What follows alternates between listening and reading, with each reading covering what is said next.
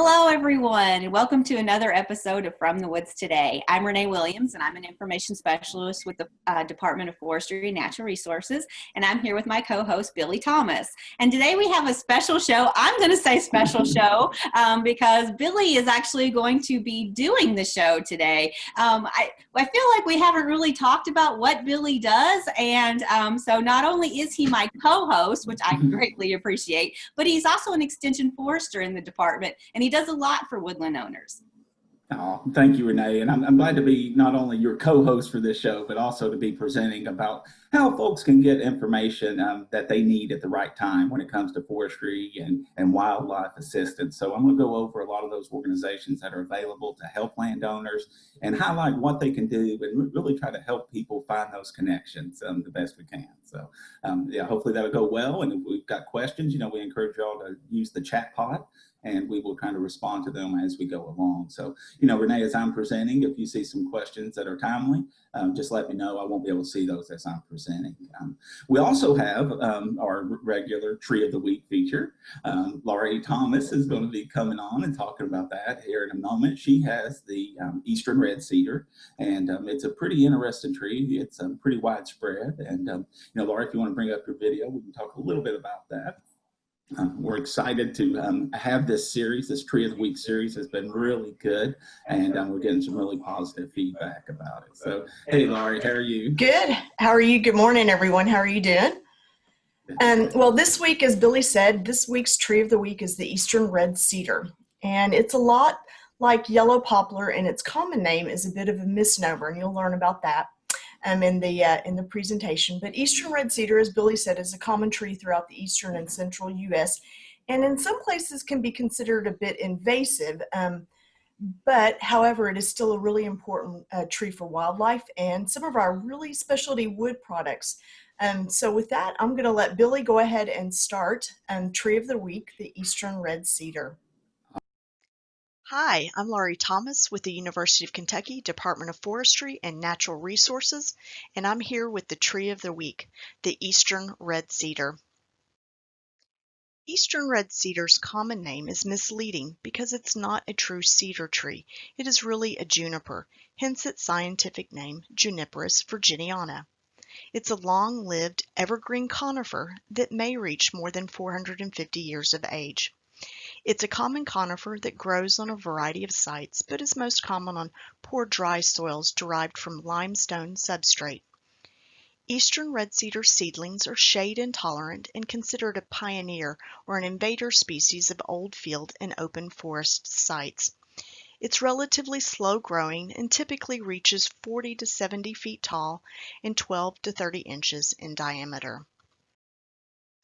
It has two distinct growth forms. The most familiar form is narrowly conical, forming a compact tree, and the second form is broadly conical with branches that spread widely. Both forms can be found throughout eastern red cedar's range. It is found growing in the eastern and central United States and into Canada. This tree's dense foliage is valuable for birds as roosting cover in the winter, and it provides protective shelter for a variety of wildlife. The tree is also useful as a windbreak and as a soil stabilizer. The leaves are evergreen and occur in two forms.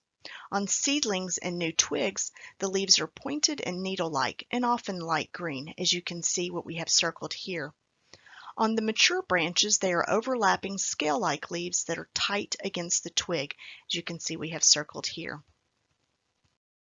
Eastern red cedar flowers appear from early to late spring. This tree is dioecious, meaning two houses, that there are male and female trees, but occasionally you will find a monoecious tree, meaning it will have both male and female flowers on the same tree. The male flowers are small, yellow-brown, look like kind of like little cones, and they occur in large groups. And the female flowers are a light blue-green. Male trees tend to be taller and have greater diameter growth than female trees, which may contribute to their success as pollen donors. The flowers are wind-pollinated, with pollination occurring from February to May, depending on location. The fruit is a small berry-like cone that contains 1 to 4 seeds. The cones or berries are light green in spring and ripen to dark blue in fall. They mature from late July to mid-November. These berry-like cones remain on the tree until the following spring. Eastern red cedar produces most seed between the ages of 25 and 75 years, though seed production can occur in trees as young as 10 years and as old as 100 plus years. The seeds are disseminated by birds and small mammals. Mature eastern red cedar trees produce some seeds nearly every year, but good seed crops only occur every 2 to 3 years. Eastern red cedar fruit is eaten by a variety of birds and small mammals, such as cedar waxwings, as you can see in this photo, bobwhite quail, rabbit, fox, and raccoon. Seeds tend to germinate more quickly if they pass through an animal's digestive tract. These berry-like cones and seeds are an important food for wildlife, particularly for birds, since they are available in late winter and early spring when food is scarce. The bark is reddish-brown in color. It's thin and fibrous, and it tends to exfoliate in long strips or separates into long fringed scales. Eastern red cedar is relatively free of serious insect and disease problems. However, it is an alternate host for the cedar apple rust disease. The disease forms galls and orange jelly-like horns in the spring, especially after warm, rainy weather, and you can see that in the bottom photo, and it's on the eastern red cedar. The spores in the horns will infect the other host, which is typically an apple or some other type of palm-bearing tree, such as a hawthorn or a crabapple, and it causes serious damage on those trees. If you're planting either a cedar or an apple-type tree, do not plant them near each other. They should be at least several hundred yards apart. If you do find these spore horn galls in your cedar, you need to prune them out in the spring and dispose of them. The wood of eastern red cedar is very aromatic. It's got a really wonderful smell. In fact, the wood itself is sometimes referred to as aromatic red cedar. The color of the sapwood is kind of a pale yellowish, and the heartwood is typically a lovely reddish to violet brown. It is regarded as excellent in resistance to both decay and insect attacks. It's lightweight and soft and easy to work. The wood is commonly used for fence posts due to its rot resistance. It's also used to line closets and chests to repel moths and other insects due to that volatile cedar oil in the wood. It's also used for paneling, outdoor furniture, birdhouses, and small specialty items that are easily carved. The national champion eastern red cedar is in Coffee, Georgia, in the Lone Hill Cemetery. It's 257 inches in circumference, 56 feet tall, and has an 88-foot crown spread. Kentucky's champion eastern red cedar is in Hickman County at the Spring Hill Baptist Church. It's 151 inches in circumference, 88 feet tall, with a 36-foot crown spread. If you'd like to know more about champion trees, check out American Forest National Champion Tree Register, or check out the Kentucky Division of Forestry Champion Trees to learn about Kentucky's champion trees. Now for a few fun facts about eastern red cedar. The berries of the juniper trees are used to provide gin with its characteristic flavor. Eastern red cedar has had many historical uses. For numerous Native American tribes, the red cedar tree symbolized the tree of life, and it was burned in sweat lodges and in purification rites. For many tribes, the leaves were steeped to make a tea to cure a persistent cough, to work as a sedative, and to speed delivery during childbirth. Other tribes also made a tea from the fruit to cure asthma. The scientific name juniperus comes from the Latin junio and peri, which mean young and produce, hence youth-producing or evergreen. I hope you've enjoyed learning about our eastern red cedar and get the opportunity to get out into your woodland, local park, or cemetery, or your neighborhood and enjoy the eastern red cedar. Thank you, Lori. We greatly appreciate you doing that again. And I guess I never even realized that the cedar had flowers. That's something I've never seen before. Yeah, they're inconspicuous little flowers. Yes, they don't stand out. The fruit is what we normally think of, which kind of resembles the female flower. But yeah, they do. Okay, so if anybody has questions, please type them in the chat pod. Lori's on here to be able to answer some. Right. And if you think of it throughout the show, pop it in there. I'll be in here for the whole show. So. Okay. Awesome. Laurie, I hadn't seen it in a while, but I was a little surprised at how big the range was for eastern red cedar. I mean, it really can grow in a lot of Yep, different places. It really it does. And actually there's two different varieties. So we did, I focused on Juniperus virginiana. So please excuse my Latin pronunciations and some of those, especially when we were breaking down the name. But there's two different varieties, and one that's found further south, and actually kind of more further south.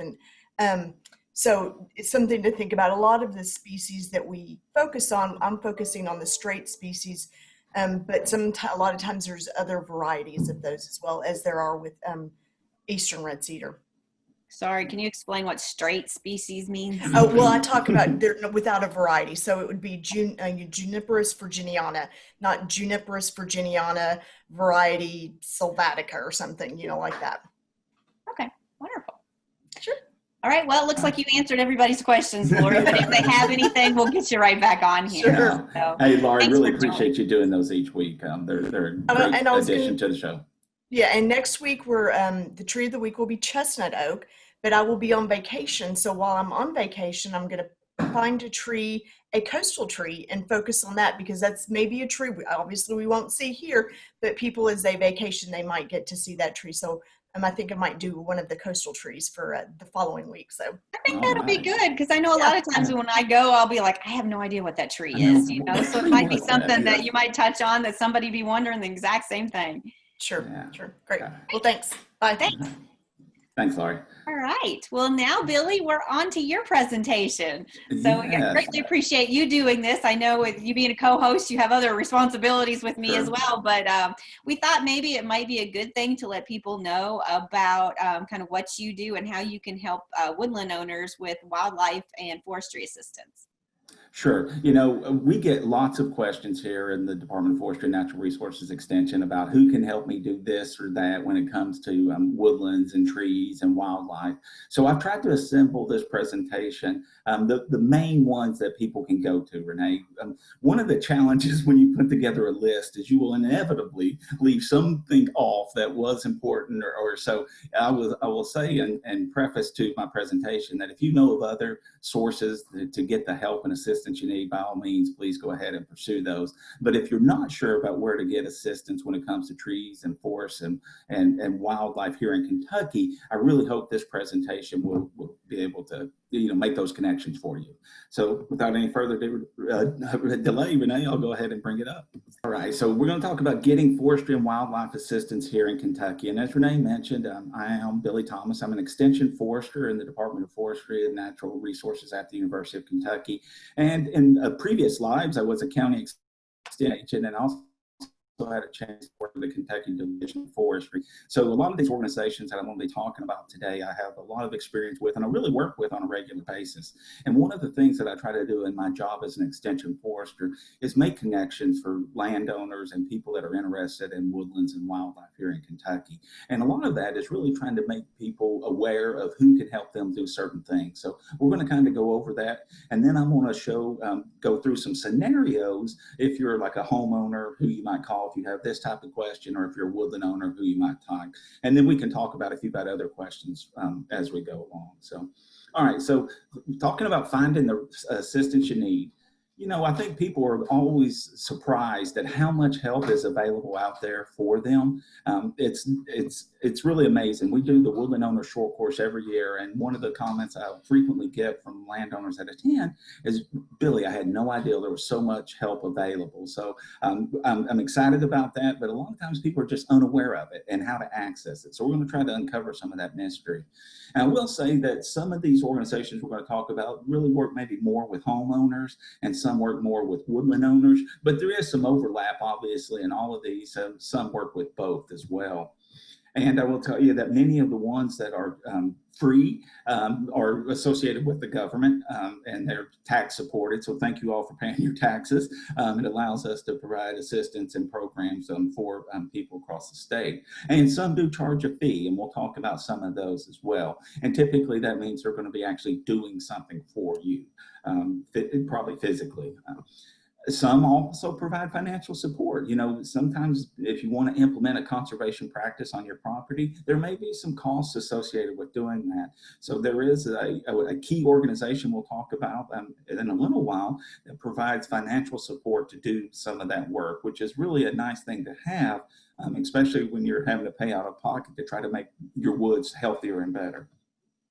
But I will say that the key to all of this is really finding the right assistance at the right time. It's really like having the right tool when you need it. So if you don't have that when you need it, then that's the problem. So I'm hopeful that this presentation will allow you to have a better understanding of who can help you do different things. All right, so I'm going to go over about 7 different organizations and what they do, and then we'll go through the scenarios of, you know, if you had this type of question where you might go to. So I'll talk about the Extension Service of which we're a part of. Also talk about the Division of Forestry. This is a state agency available to help landowners. Consulting foresters, these are private business folks, men and women that are foresters by training, but they are part of an association. The Kentucky Master Loggers, we'll talk about them if you're interested in having some timber harvested.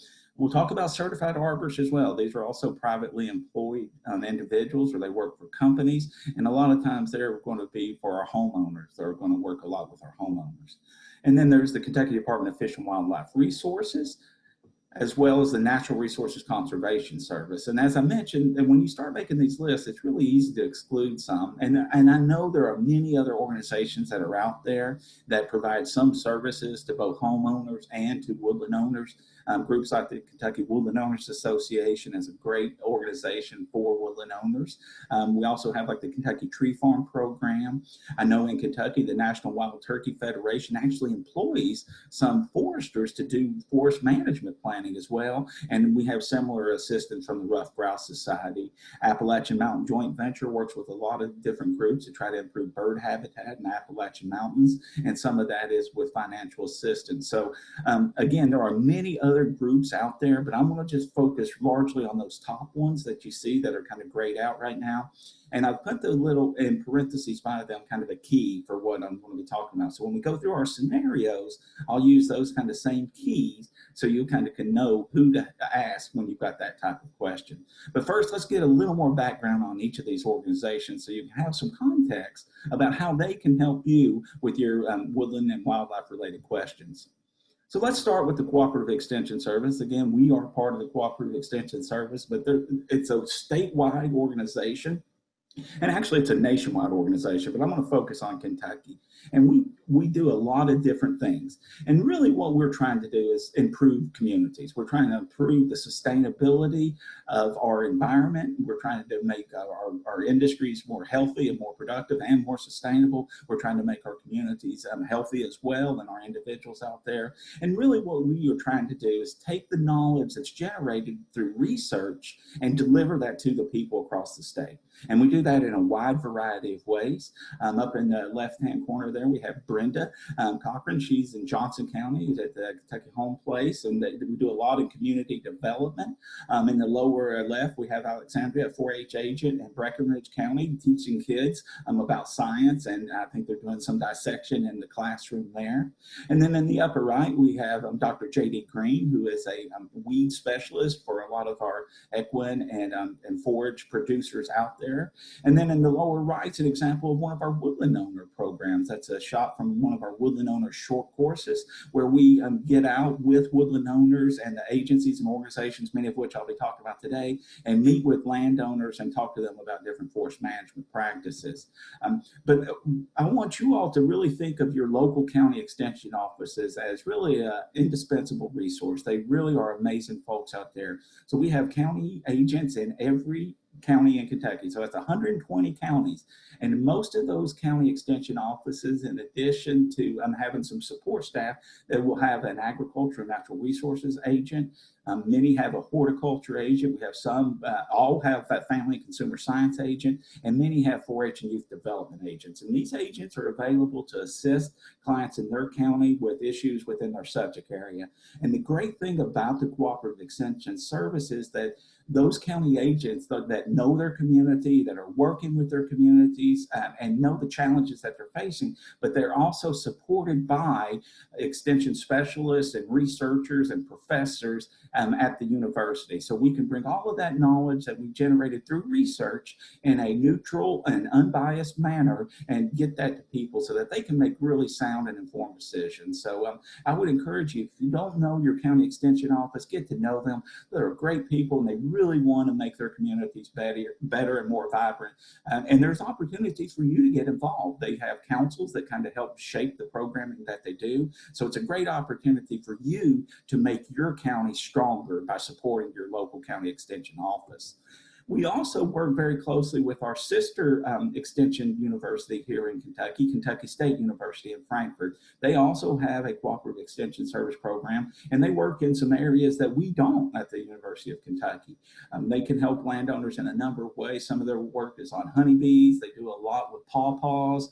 They've also done aquaculture, small-scale farming. So there's a lot of resources available through them as well. And we try to work hand in hand with them to really deliver knowledge to all Kentuckians so that we can make good decisions. And then our team, our UK Forestry and Natural Resources Extension team, is just one example. There's also other teams, like on our horticulture department, we have extension people. In the Department of Horticulture and Entomology, we have extension people. And really in all of our disciplines, we have extension specialists that are backstop. But since we're talking about forestry and wildlife, I'll mention our team, the UK Forestry and Natural Resources Extension team. So please get connected with those. These are a great first stop in trying to find some assistance, because a lot of times they're aware of who can help you, even if they can't do that. The next group I want to talk about is the Kentucky Division of Forestry. This is a state agency headquartered in Frankfort, but they have regional field offices that are spread out across the state, and they have foresters that are available to work with landowners on a one-on-one basis. They can come out with you and meet with you and discuss your objectives. And, you know, they can give an inventory of your property and let you know what you've got from a tree standpoint. They can also let you know if you've got any woodland management problems. Maybe you have some invasive species that you're unaware of. They might be able to point those out and keep a small problem from growing into a large problem. They can also develop a written forest management plan for you. And this is an important piece of information, because it really is a roadmap for what you're going to do to your woods to move them in the direction that you want.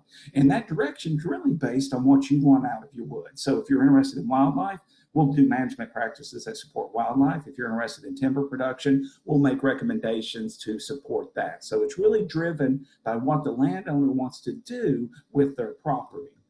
They can also mark and tally your timber. They can provide technical assistance really on all aspects of forestry and forest management.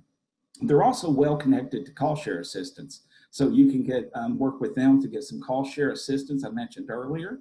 They also produce tree seedlings, and they can help make selections for you, or if you tell them what you're trying to do, they can match you with the right tree seedlings. And like I said, they also have production of tree seedlings. There's 2 nurseries here in Kentucky where they produce tree seedlings at a low cost for landowners.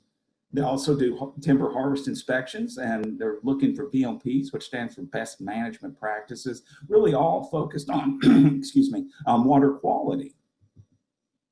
They also play an important role in wildfire suppression. If we have wildfires that are occurring in Kentucky, this is the lead agency that's in charge of kind of responding to them. And they also go out and help other states when they're having wildfire issues. So if you don't know the Kentucky Division of Forestry, it's an outstanding organization. A lot of great women and men out there trying to help landowners have healthy and productive woodlands. So I encourage you to get to know them. And if you are a woodland owner and you do not have a woodland management plan for your property, please give them a call and let them know that you'd be interested in receiving one. It'll be a great step in moving your property forward and ensuring it's healthy and as productive as possible. The next group I want to talk about is the Kentucky Association of Consulting Foresters. So these are private business folks, and they're out there to help landowners. And they really focus a little bit more on the timber aspect, if you will, though. So they're, one of their key areas that they can help landowners with is timber sales and marketing. Timber cruising. So if you want to kind of get an assessment of what your timber is or if it's value, they can do that. They can give you an appraisal, what it might be worth on the market right now. They can also deal with timber trespass. And generally, they are foresters by training, and they can also help with general woodland and timber management. But if you're going to have a timber sale and you really don't know what you're doing, or you don't know the value of your timber, or you don't even know the species, then you're almost always going to be better off working with a consultant forester, because they do this on a daily basis. They're well aware of what the markets are. They're also well aware of the loggers and other professionals out there that can work with you. So we work closely with the Kentucky chapter of the Association of Consulting Foresters. They are bound by a code of ethics, and they basically are working on behalf of their woodland owner clients. So it's a group that we work with, and they're a great group to work with as far as helping landowners navigate some of those things you see on the screen there. I mentioned the master loggers. So in Kentucky, we have a master logger program. And this master logger program really kind of originated in support of the Kentucky Forest Conservation Act. And the Kentucky Forest Conservation Act went into effect in 2000, and it basically mandated that there would be a logger would be trained in protecting water quality on each commercial timber harvest. So we have thousands of these loggers that have been through our 3-day trainings on how to harvest and protect water quality. We don't really go into a lot of other kind of like woodland management stuff. There is some of that, but really the main thrust of the Kentucky Master Logger Program is to ensure the water quality, and we focus on that. So they are responsible, these master loggers are responsible for timber harvests that are of a commercial nature, so to ensure that the laws are being followed in regard to best management practices to protect water quality. So you can use this website, the Master Logger website, and you can find loggers in your area. So you can search by your county, and it will give you a list of all the Kentucky Master Loggers in your county, and you can kind of navigate through that list. It'll also give you their contact information. So if you wanted to go out on your own and try to identify loggers that might be interested in harvesting your timber, this would be a mechanism that you could do that if you were so inclined. I will mention that we also have a designation of bad actors, and this is not related to the movies or television. It's really related to them having done bad things related to water quality on timber harvest. So if they are on that bad actor list, it's probably not somebody you want to work with right now. There's mechanisms for those loggers to get off of the bad actor list if they so choose, but it's just kind of, you might want to avoid the bad actors on there. So that's our Master Logger program. Next, I want to talk about certified arborists. Again, these are private business folks out there, and they work largely with homeowners or in smaller things. They're not as much out in the woods, and they're well trained in pruning trees. They can do tree removal. If you have an emergency tree care issue, maybe a tree got hit by lightning or some other things happened, and you need somebody to come out there and knows what they're doing to fix it, a certified arborist would be the one. They can also help in tree planting and tree selection. They're well aware of many trees and how they will respond in a urban landscape, or even, in your yard, which is really a way different condition than these trees growing out in the woods. So some trees are much more tolerant of some of the abuses that they would receive in a city setting as opposed to out in the landscape. They offer general plant health care programs. So if you're a homeowner and you have a number of trees on your property, they can help make recommendations and actually do applications of products that will help your trees be healthier. And they provide a multitude of other services. Suppose you had a tree that was cut down and lost, they could assign a value to it if you needed it for court records or something like that. Really, they're all about promoting healthy trees. And, Renee, you may have seen some trees in your neighborhood that look like this. This is a top tree, and I will tell you that they are not in favor of that. We know that topping trees is not good for their long-term health. You're most often better off to basically remove a tree before you top it and select the right tree for the right site. But they will not come out and top your trees. They will recommend doing it the correct way. And yeah, I think a lot of people do this, thinking that they're actually doing something good to try to get some of the branches off and out of the way, and it turns out that they just look kind of like that tree. So. Yeah, and really, Renee, and you can get on the website there, that Trees Are Good website, and you can find out all the reasons why topping trees is not good for those. So when you see that, I don't want people to associate these certified arborists who have been trained and credentialed and really care about trees to be associated with that type of practice. That's more of a guy with a chainsaw and a pickup truck doing that. So again, we don't recommend tree topping because it's hard on the trees. It's not good for them and their long-term health. You're better off removing that and planting the correct tree.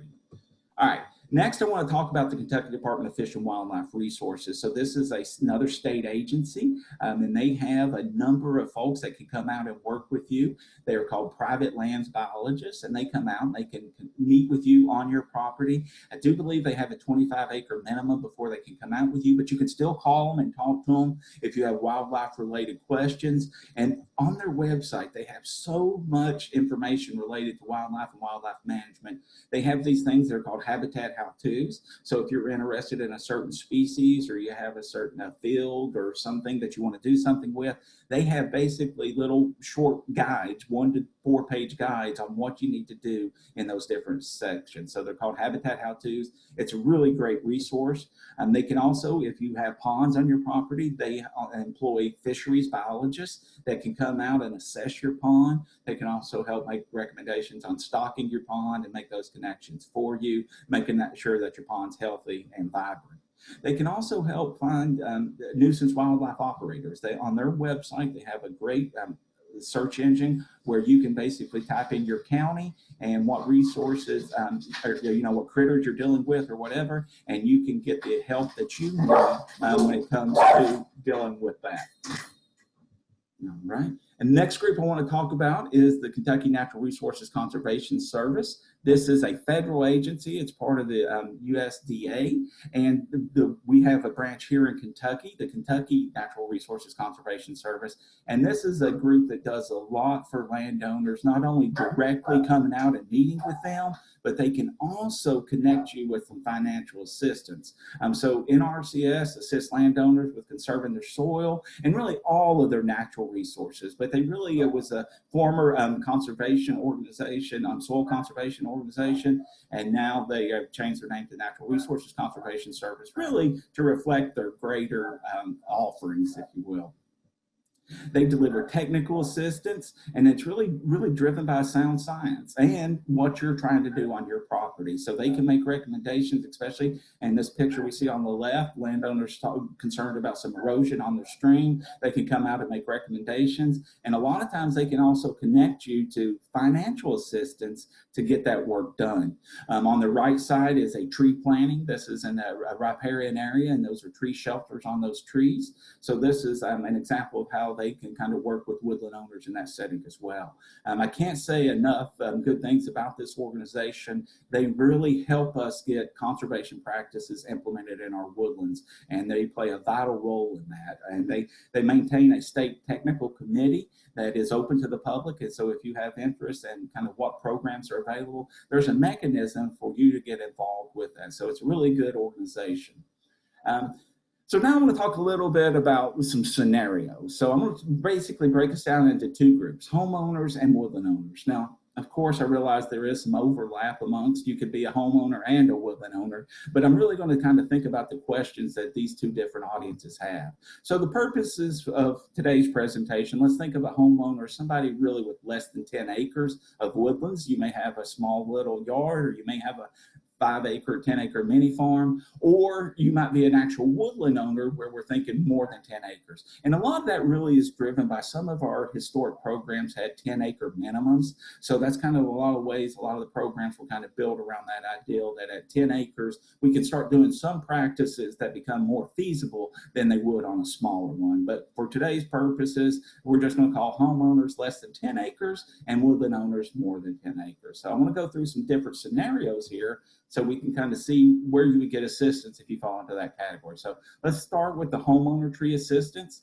So suppose you're a homeowner and you've got a tree and you want to get it identified. Maybe you don't know that this is an American sycamore, and maybe you're concerned about the little seed pods or something like that on it. The places you probably want to start to get the quickest assistance would be at the extension. So that could be your local county extension offices, and it could also be through our team, the UK Forestry Natural Resources Extension. Now, certainly the Kentucky Division of Forestry can do this as well. They're just not kind of set up as much for kind of that homeowner one tree question type stuff. They can certainly do it. And really many of the other organizations can do it as well, but these are the ones that are kind of at best positioned to give you a quick response on that. So what if you're interested in selecting a tree? So Billy, I want to pick a tree out for my yard. What would be a good tree? So again, I would tell you to think about extension as an opening resource, especially in some of these counties that have horticulture agents. These agents are well versed in basically yard care and landscaping, and they can make good, solid recommendations for you on that. Certainly arborists could do that as well, especially if you're dealing with some maybe specialty cases. And of course, the Division of Forestry, as I mentioned before, they do offer tree seedlings, and they offer information about these different trees and how they grow and all of that, which could aid in your selection process as well. And then suppose you have a sick tree. Then, we get lots of questions about sick trees all the time. I know Dr. Ellen Crocker on the team, she gets them all the time, and that's okay. She's really good at responding quickly to those. But so if you've got a problem tree, maybe like this one got hit by lightning or some other things going on with it, a lot of times you can get a diagnosis on what's going on with that tree simply with pictures. You can get those pictures to your local county extension office, and if they don't know what's going on with it, they can forward it on up to us. Or we also have a pathology department, a plant pathology department that can help with that as well. We have a diagnostic lab that can kind of go over that stuff as well. Arborists would be ones that would actually come out and do something about that tree. So if there's, maybe you needed to add cables or you needed some pruning for it, an arborist would be the individuals that would come out and do that work for a homeowner. Certainly the Kentucky Division of Forestry is knowledgeable about all this as well. And I would say that they get concerned about trees or tree problems that are going to impact basically our woodland and forest trees. So if there's any issues going on that, may be a clue to some other problem that could infect our woods or whatever, we will work closely with the Kentucky Division of Forestry to make sure that they are aware of it as well. So again, many of these groups can answer any of these questions, but some are just better positioned for your individual needs. So what about tree maintenance? So maybe you need some pruning on your tree or some other things like that. I would say start with extension because you've already paid for that through your taxes. And if extension has a lot of great information, I know many of our county agents do pruning workshops in their counties on how to prune your trees, or in an adjacent county you might find one. And we also have a Department of Horticulture, and Dr. Bill Fountain, who is a horticulture professor here at the University of Kentucky, he's also heavily involved and a leader in the Society of Arboriculture Society here in Kentucky, in the Kentucky Arboriculture Society, and he does a lot with that. So he's super knowledgeable about hazard tree issues and a lot of stuff like that. So we've got a lot of resources in that regard. But really, if you're going to actually get work done, somebody actually doing something, then you're probably going to be working with an arborist. And again, those will work for a fee.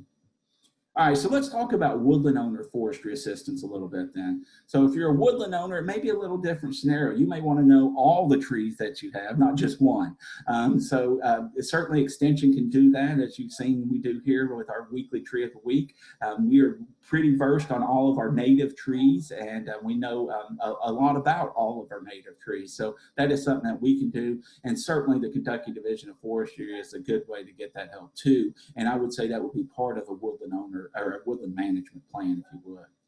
Tree selection is another thing that woodland owners want to do. Fortunately here in Kentucky, we can basically get trees to grow if we stop mowing. But sometimes we might want to introduce a different species because for whatever reason, we don't have that species present in our woodland and we're trying to introduce it. Or maybe we have some problem areas that we're getting trees to grow on there. So the Kentucky Division of Forestry, again, they grow a lot of these seedlings, but they can also help you make tree planting selections as far as where you would plant them, what kind of shelters and all of that type stuff. They also have equipment that they can make a loan to you to help tree setters and stuff to make it an easier operation. Certainly consultant foresters can come into this as well. And I mentioned the Natural Resources Conservation Service, NRCS, because a lot of times they have programs that will support the planting of trees, so through a financial support of that effort.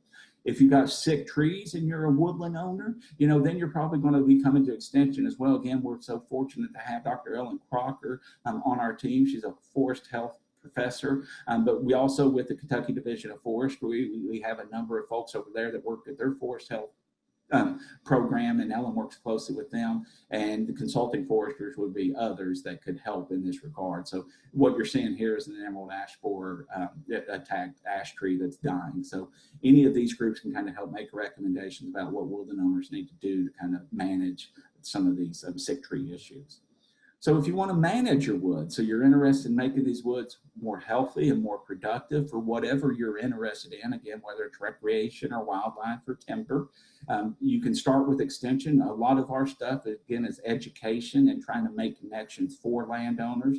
But the Kentucky Division of Forestry, I recommend that you start there typically with the Kentucky Division of Forestry and get a woodland management plan. And then if you need additional assistance that they can't provide, perhaps timber sales or something like that, then you might want to employ a consulting forester. And the Natural Resources Conservation Service plays an important role in woodland management in the state. Like I mentioned, they help pay for some of the cost of these conservation practices, but they're also starting to hire some foresters to help increase the capacity out there. So they are really interested in trying to see good woodland management on the ground. And they are interested in that because we know that it benefits us all, right? Society is better off if we have healthy and productive woods. It allows these woods to provide the many ecosystem services that they do, keeping our stormwater clean, our air cleaner, cooling. I mean, just so many benefits. So they recognize that's a tribute to society when we take care of our woods and they're well managed. And then you may be interested in selling timber. And, I would say that, that's not something you should feel bad about. I know sometimes people may have a negative connotation with cutting trees, but they will grow back. We just want to cut them in the correct way. And we want to cut them in a way that sets that forest up to be productive going forward, and it has the right species mix. So I always recommend that you have a forester involved in your timber sale. And often that may be a consulting forester, but like I mentioned before, the Kentucky Division of Forestry could also help with some of that, but they don't get into evaluating as far as pricing. They don't do that on a daily basis, and that's really not in their wheelhouse. But so if you need to know kind of how much is my timber worth right now, or if I was to sell it, who might buy it, or any questions like that, really you're kind of going to be working with consulting foresters. Now, the other thing, you could go directly to master loggers. I showed you earlier how to find master loggers in your area, and you could just start having a conversation with them on that. I would typically not recommend that unless you have a pretty good idea of what you have in your woods and what it's worth, right? How will you know if an offer is kind of a fair market offer if you have no idea what stuff is worth? So you need to educate yourself a little bit on that. Certainly, you got to recognize that loggers and others, they have to make some money off of this as well. And without loggers, really most woodland owners have no way to get their product to market. So they play a vital role in our entire timber industry. Without loggers harvesting trees and delivering them to mills, our wood products industry, which is valued at over $13 billion here in Kentucky, would really kind of grind to a halt really quickly. So they play an important role in that regard.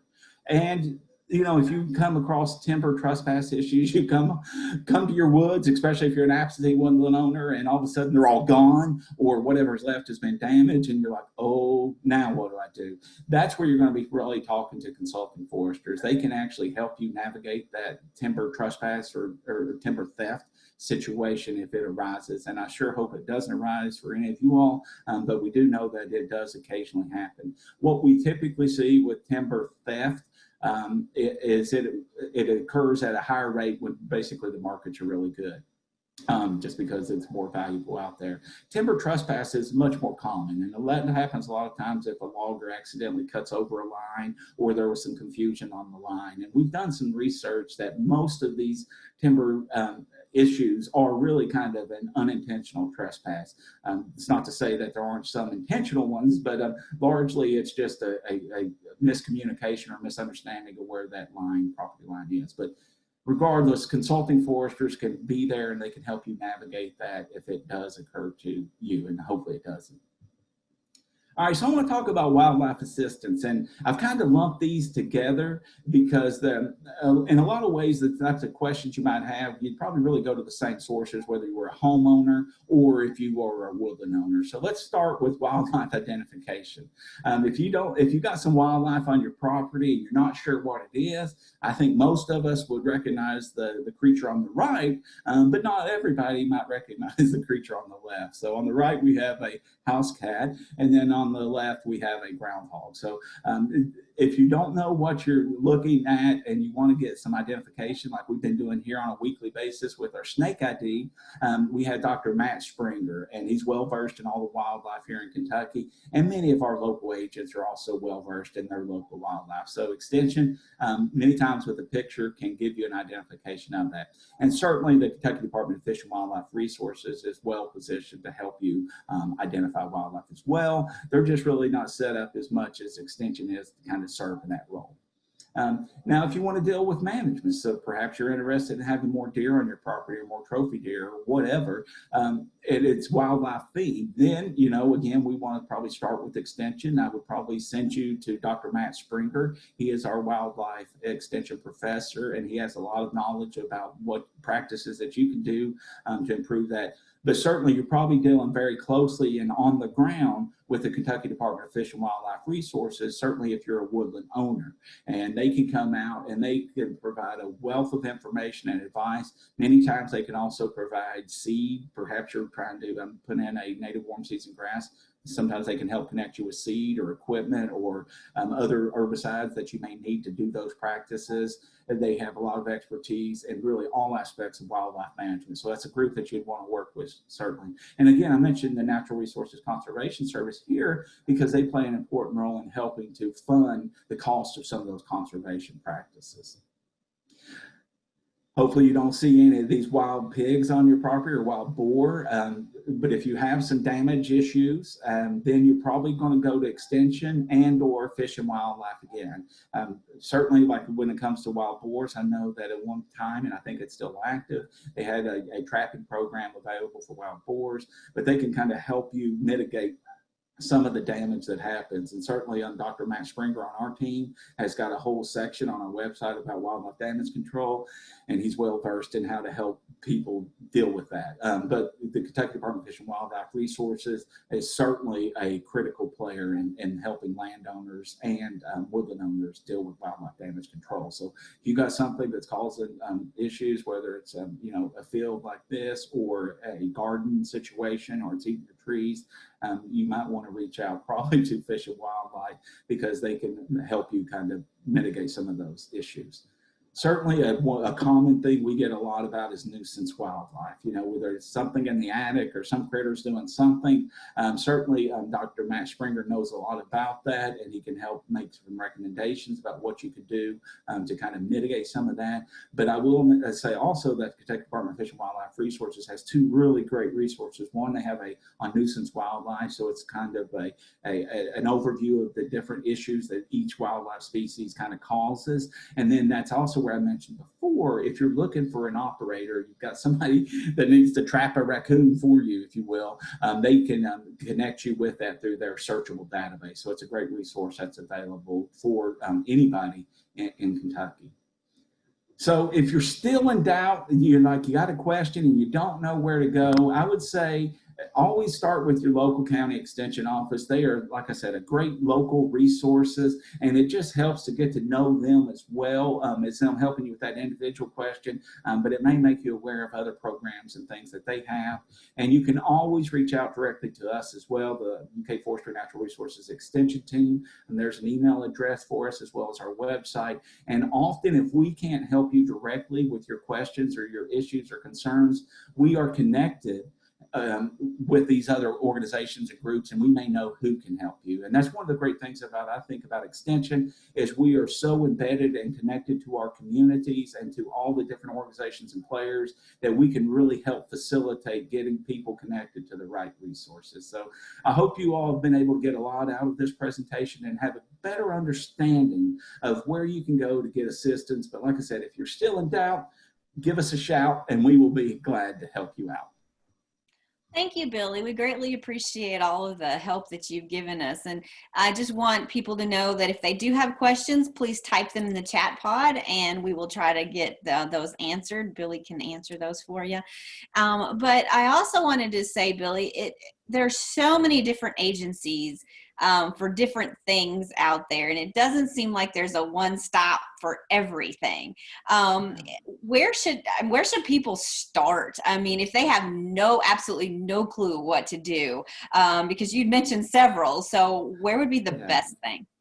Yeah, that's a really good point. I think sometimes it is a bit overwhelming for folks. I just need some help, but I don't even know where to go. So I think, again, locally, I always encourage you, landowners and woodland owners, start with your local county extension office. These are people that live in your community. They know what's going on. There's oftentimes other programs or opportunities that they'll be aware of that may only occur in your county. So I would recommend, start there. And then certainly if they're unable to help you, they're well connected to everyone on campus and they can reach out to us directly. So I field a lot of questions and calls from landowners all the time on a wide variety of these topics. So they can call me or they can, and I'll be happy to try to connect them with those resources. I think I mentioned it in the presentation. It's all about really getting that right assistance at the right time, right? If you want to do a timber sale, you might need help right now. So finding that help, and I think that's one of the great things about our extension system is we're unbiased. We're not going to favor one company over another company. We're just going to give you the facts and let you make an informed decision the best you can, and then we'll try to connect you to the best resources that we can. So please take care of your trees, take care of your woods and the wildlife, and let some of these many organizations that are available help you do that.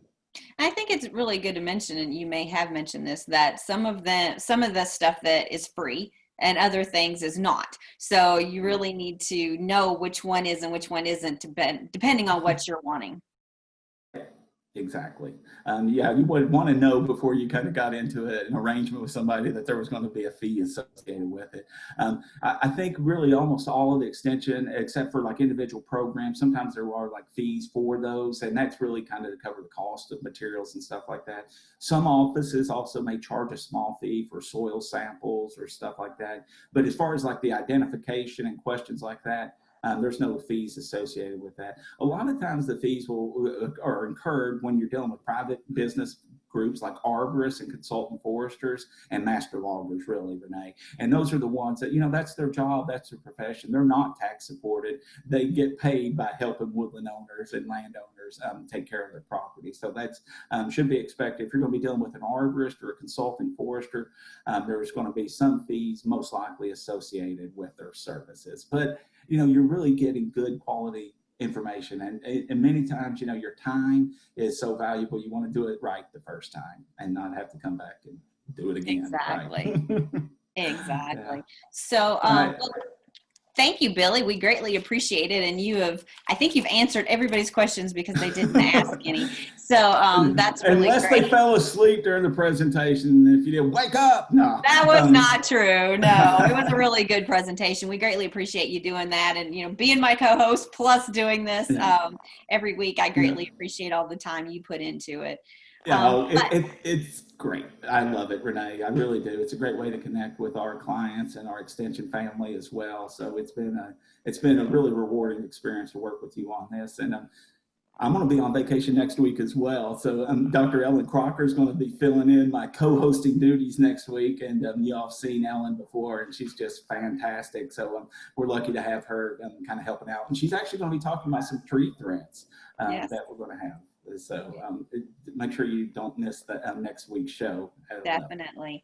And if Lori can jump back on, we did have another question for Lori.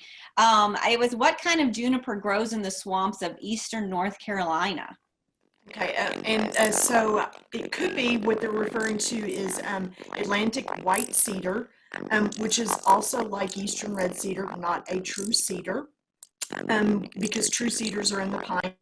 But I said it was probably an Atlantic white cedar, which is like eastern red cedar. It's not a true cedar. It's in the same family. It's in the cypress family, the same family as eastern red cedar. And its Latin name is Chamaecyparis dioides. And it looks kind of like a big giant arborvitae or a northern white cedar. I think, yeah, northern white cedar. So like a big giant arborvitae that we plant in our yards. And so that's probably what they're thinking about as the, because people refer to it as a juniper, but it's not a juniper, and it's not, even though its name is Atlantic white cedar. So Okay. hopefully that answers the question. Yeah, it did. Laurie, I think there was a little buzz on your audio, but it was Atlantic white cedar is what she was saying. So, yeah. So thank you very much, Laurie. Again, we really appreciate those trees of the week. And, fortunately, we've got a lot of native trees here in Kentucky, so we'll be seeing these for some time to come. So thank you so much. And, Renee, we've done it again. Another good show, I hope. Everybody enjoyed it.